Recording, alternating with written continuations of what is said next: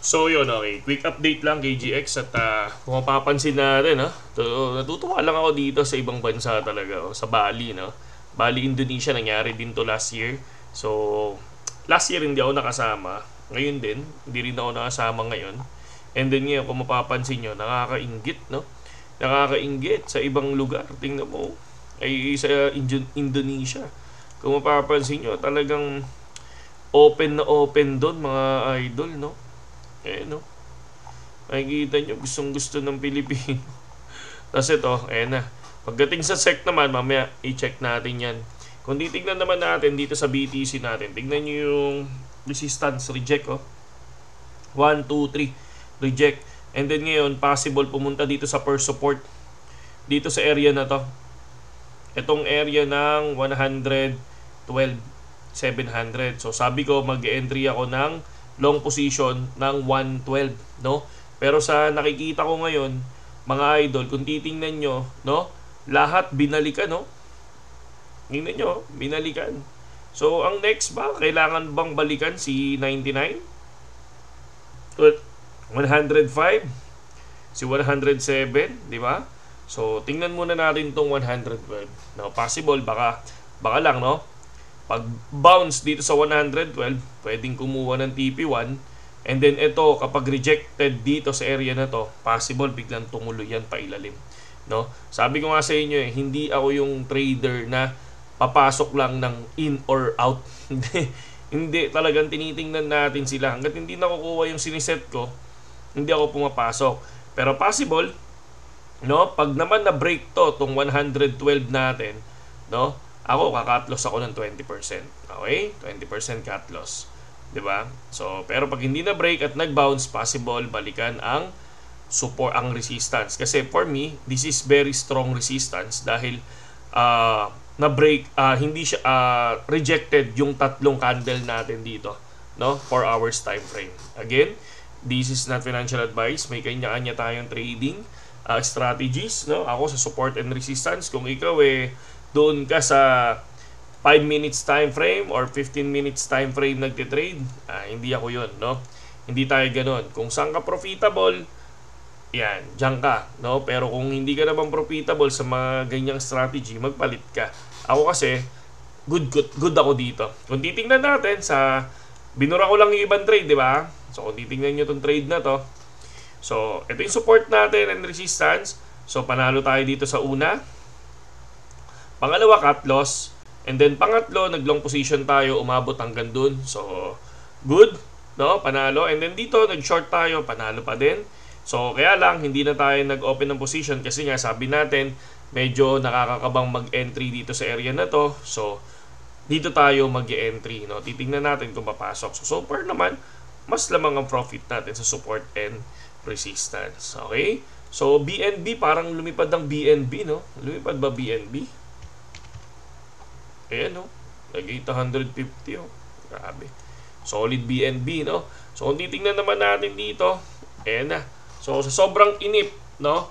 Come on, pump finally today. So, pump daw today. Ito, mga pro-crypto na yung mga yan, ha? Pero, tingnan mo, nagkakamali pa rin sila. So, tingnan natin kung magpapump nga talaga.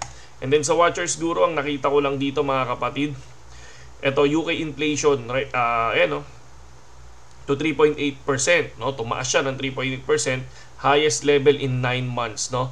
And then President Trump says Fed Jerome Powell, no, is destroying the housing market. Kung titingnan naman natin, inflation is nangyayari naman talaga 'yan.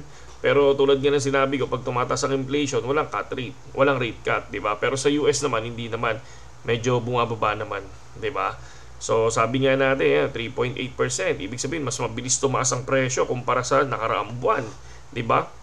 Pinakamataas daw sa loob ng 19 months yan.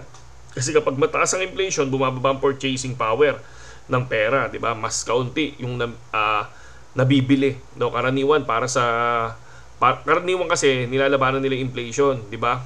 So, kaya lang, kapag tumataas ang inflation, ayun, syempre, nagmamahal ang bilihin. And then dito, Jerome Powell naman, talagang para sa kanya, sinisira ni Jerome Powell yung, kumbaga, house market kasi mataas ang interest rate. So, syempre, target ni President Donald Trump ang hinihintay ng lahat. Sabi nga natin, ang bull market, no? Ito yung nangyari ngayon is bull market na, nakakuha ng 124, di ba? So that's a bull market. No, talagang lumipad na from 69 last 2021 to 124. Hindi pa ba yan bull market? Hindi ba? Bull market na yan sa mga hindi nagsasabing bull market pa kasi ngayon lang kayo nag-invest. Ngayon sa 124, di ba? Napansin nyo yung nag-comment sa atin na maglo-long position sila. O ngayon sunog sila, di ba? So bumagsak ng 11,000 USDT ang Bitcoin. Okay? So tingnan natin kung anong possible na mangyari pa. Okay? So ngayon dito sa ito kung titingnan nyo, webinar, o sa mga pupunta ng webinar, ayan, merong webinar ang SEC, no? Pero kung titingnan nyo, pinagtatawanan lang sila. Di ba? So sa Bali, Indonesia naman, so tuwan-tuwa yung sa ibang bansa talaga eh. Kung makikita mo, ang crypto talaga, ang crypto talaga is tawag dito, ina-adapt. Ang saya niyan, no? Kasi ako dati nung pumunta ako ng Singapore, grabe, ang dami mong makikilala, ang dami mong makakausap, ang dami mong tawag dito, ang dami mong matututunan, di ba? So, talagang ibang klase pag pumunta ka ng mga ganyan. So, talagang halos karamihan dyan, KOL, mga leaders, CEO, di ba? Yan ang mga nandiyan dyan. Sabi ko nga sa inyo, pinaka the best. Sana magkaroon din ng ganyan dito sa Philippines. Kaya lang kasi bawal eh. Bawal na bawal eh. Pero kung hindi pinagbawal, ang sarap pumunta sa ganyan dahil tayo mo matututunan. Di ba? So ayaw nga pansinin, no? Halos hindi nga pinapansin tong SEC. Di ba? So tingnan nyo yung comment.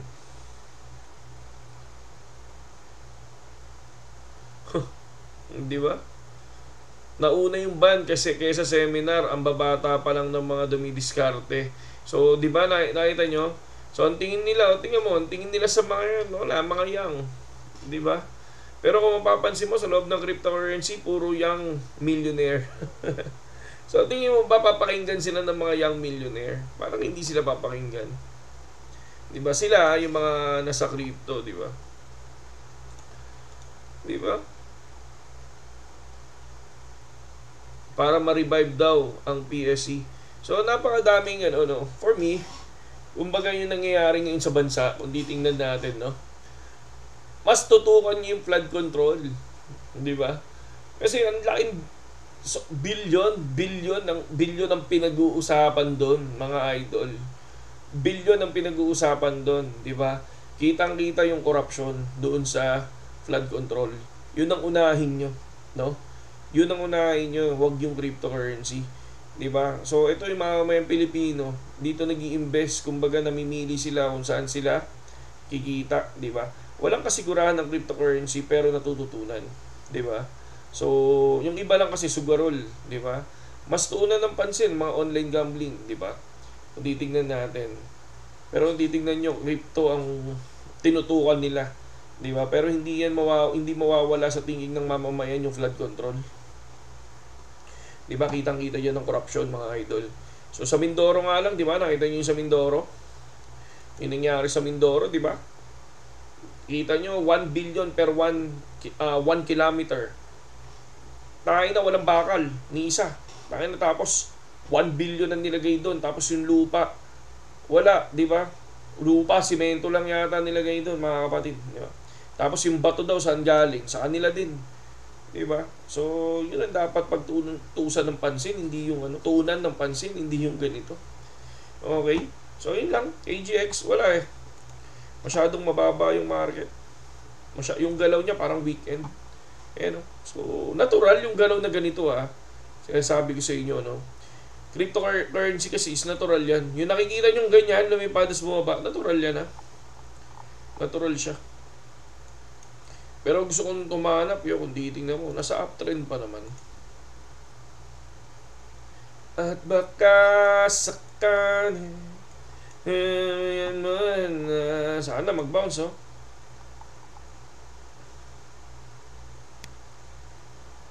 Sige. Yun lang, KJX.